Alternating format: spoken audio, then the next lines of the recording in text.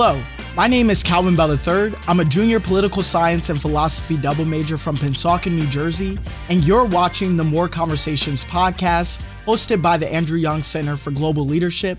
And today, I'm about to have a dynamic and dope conversation with a writer, scholar, and public speaker, Rodney Spivey-Jones. How are you doing today, Rodney? I'm doing good. Good to be here. Good. So I'm so excited for this conversation. And my first question is for those that have never seen, heard, or talked about College Behind Bars, can you kind of discuss and talk about the different variances of that documentary series? So College Behind Bars is an in-depth look at what college looks like in prison. So it follows, for about 4 years, it follows a group of students who start off with the associate's program and go off to earn their bachelor's degree while incarcerated. And it looks at everything. It poses the question, why is college and prison important? And I think it really does a good job of humanizing the students who are incarcerated. And if you haven't seen it, for all of your viewers, it's really an important documentary. You should check it out. So I kind of want to start from how we even got here, how you were a part of College Behind Bars. What was your experience during that docu-series? And if you could just touch on that a little bit more. Yeah, so first of all, I thought it was important to get involved with the documentary. For one, everyone trusted Lynn Novick, who directed the film. And two, I knew it was going to be aired anyway.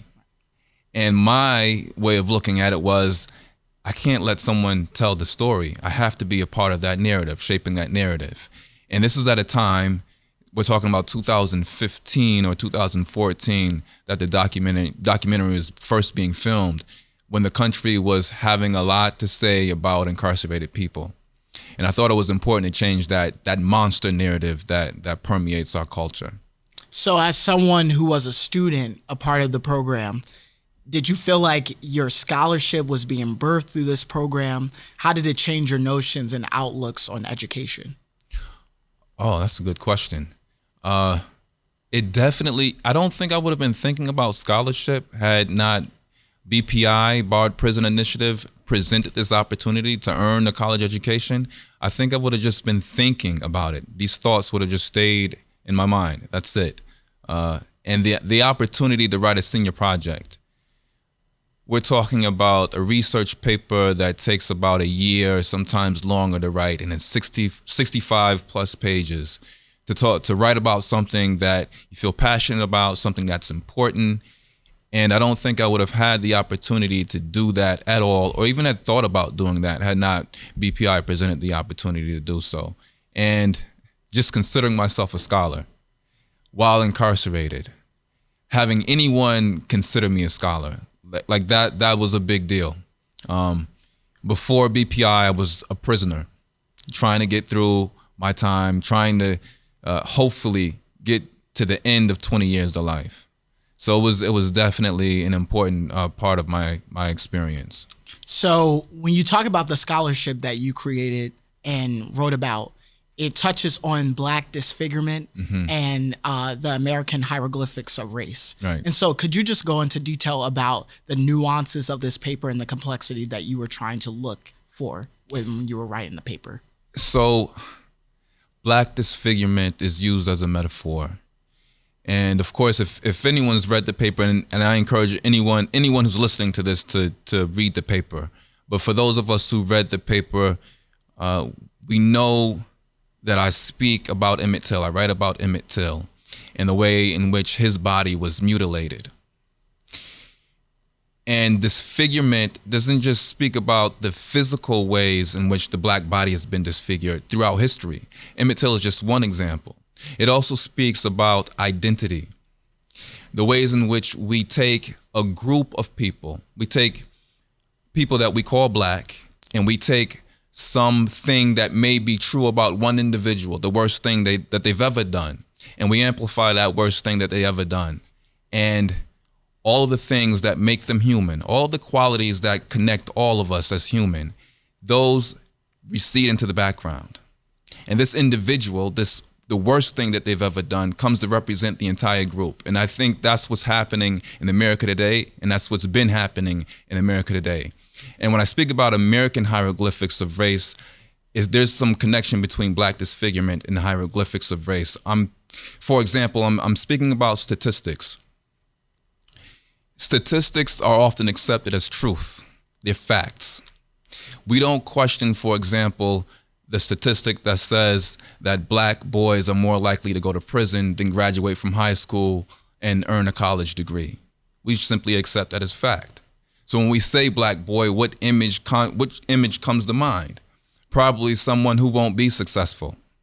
Probably someone who is more likely to have a child out of wedlock. These are the kinds of narratives that we continuously hear throughout this country.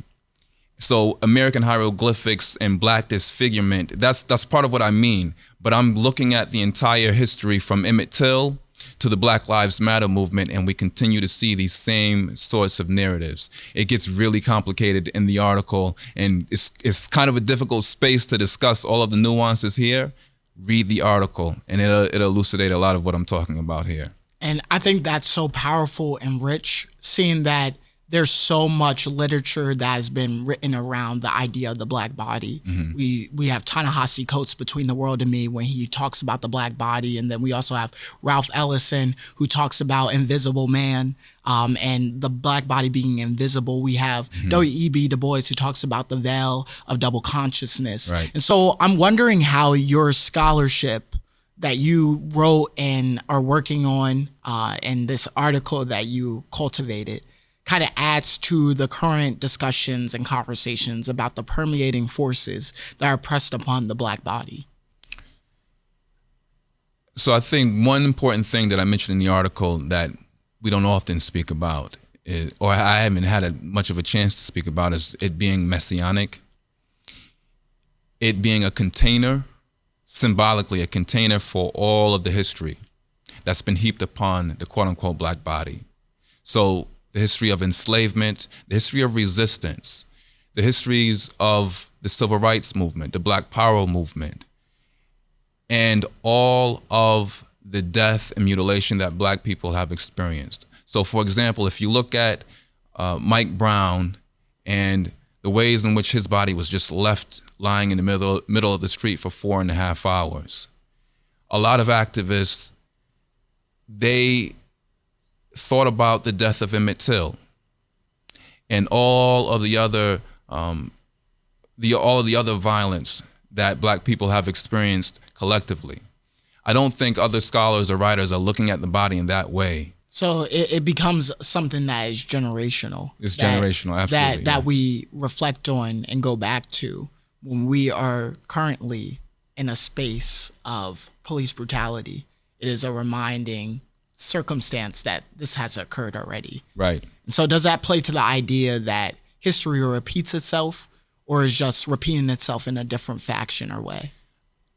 Well, so that's interesting too. It's not history repeating itself, but it's somewhat, in some ways, citational. It's still dealing with the same social issues, but it's turned differently. We are still fighting the same source of causes that we were fighting during the civil rights movement. And that's part of what the Black body at some instances comes to represent. So now that you have worked on this article and have culminated all your thoughts together, you leave with this article. What is your thought process in terms of what's next once you left the carceral state and now are back into this space of life outside of the bars? So right now I'm part of a research team, and we're looking at the effects that college and prison programs have on social and civic engagement for people who are still incarcerated and people who are home now. I'm also working on a book, and that basically chronicles the first 2 years I've been home. I've been home for a year and a few months now, so hopefully that is enlightening for people who have experienced incarceration and those of us who know nothing about it. And so to keep on to that point of your current research around civic engagement, I think about voter disenfranchisement on the local level here in Georgia. But then I also think about felony disenfranchisement and the idea that once you go in the carceral state and become someone who has a number written on them, that you are your rights are taken away from you. The idea that you are a full civic human being within the American system. Can you touch on that a little bit? Oh yeah, this is something that I think is very important. It's dear to my heart. I think that every incarcerated person should have the right to vote. It's one thing to experience a social death, which is what a prison experience is really all about. It's another thing entirely to have to experience a civic death as well. I can't see a justification for that, for denying someone the right to vote, to be civically engaged in their community simply because they are somewhere else. They're inside of a prison. I think that kind of isolation, what it does is it creates this us versus them mentality for some incarcerated people. And it's difficult for someone to transition smoothly into a community that they are not a part of, that they're told that they can't be a part of. So civic involvement, being civically engaged for everyone, especially incarcerated people, is very important. And I remember yesterday a student asking you about whether you would run for politics yourself. However, I think that conversation has more meaning to it, that within civic engagement in general, because there are so many different ways that you can be civically engaged. What and why is it so powerful for those that were formerly incarcerated to be in these spaces advocating on behalf of not only those that are incarcerated, but for communities such as communities of color? We need diversity of experiences everywhere, and not just race, not just class, but experiences. I think those of us who have experienced incarceration, we bring a different lens. We bring a different perspectives to problems that, these are intractable problems. Poverty, crime.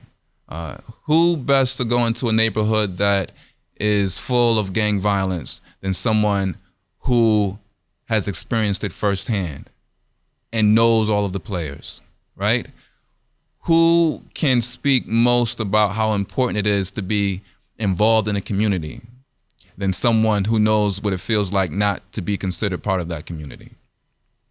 And I think about even the nuances in terms of the carceral state, how we are positioned in a place where we must not conflate the idea that it's a rehabilitative state or rehabilitative state, but a place that is punitive.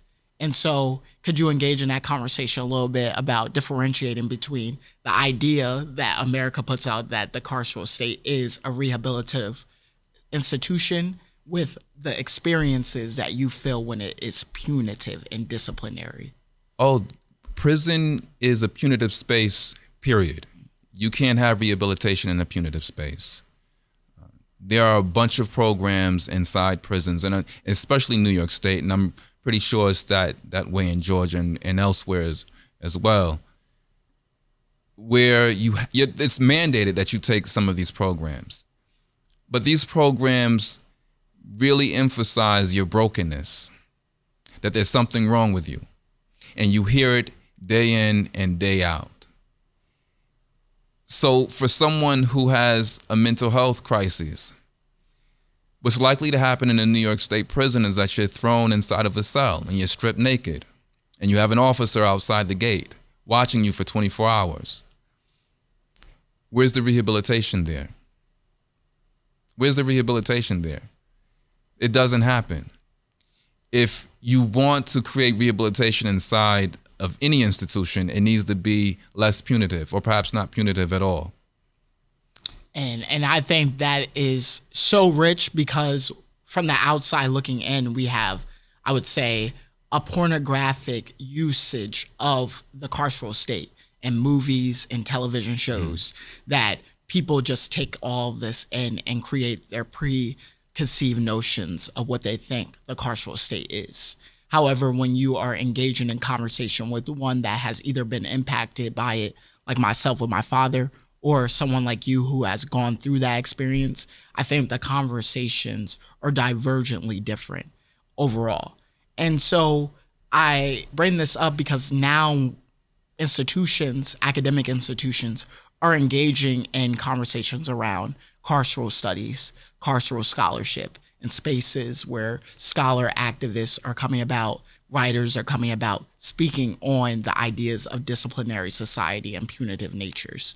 And so I wonder what that space looks like now within the academy, if you can talk about that a little bit. I really don't know the answer to that question, what it looks like within academies. What I can say is that there are quite a few people like me who are earning a college degree while incarcerated, and they're asking these questions. And that's important. I think in academia, in a traditional university or college campus, what we should be doing is inviting more of those voices. Instead of speaking about the people who are experiencing them, allowing them to come into these institutions and make sure that their voices are centered. So I just want to come with a culminating question about this experience. It has been transformative to have you here throughout the week. And so I wonder what place HBCUs play in terms of the conversations around prison education initiatives here in America. HBCUs should be leading this movement, period. So I was lucky enough to be a part of the Barred Prison Initiative. I love the program. I'm grateful. I've learned a lot. I've always asked myself the question over 7-8 years that I was a part of the BPI program, where are the HBCUs? And I think back to the history of HBCUs and how they came into being. From what I've read, the HBCUs were meant to help formerly enslaved people gain a foothold in society. The closest parallel to formerly enslaved people today, I think, are incarcerated people. And if HBCUs aren't leading the movement of college and prison programming, then they're not holding up to that mission. Like, we have to continue that fight. And I think those words are important and valuable. And I hope that your experience here has touched not only students, but also faculty and staff who may have not talked about, discussed, or even thought about the idea of education behind bars. And so thank you so much, Rodney. I appreciate your authenticity, your openness, willingness, and intellect, of course. Thank you. And bringing that wisdom here to the gates of Morehouse College. Thank you for having me. And so this is the More Conversations podcast, and we are out.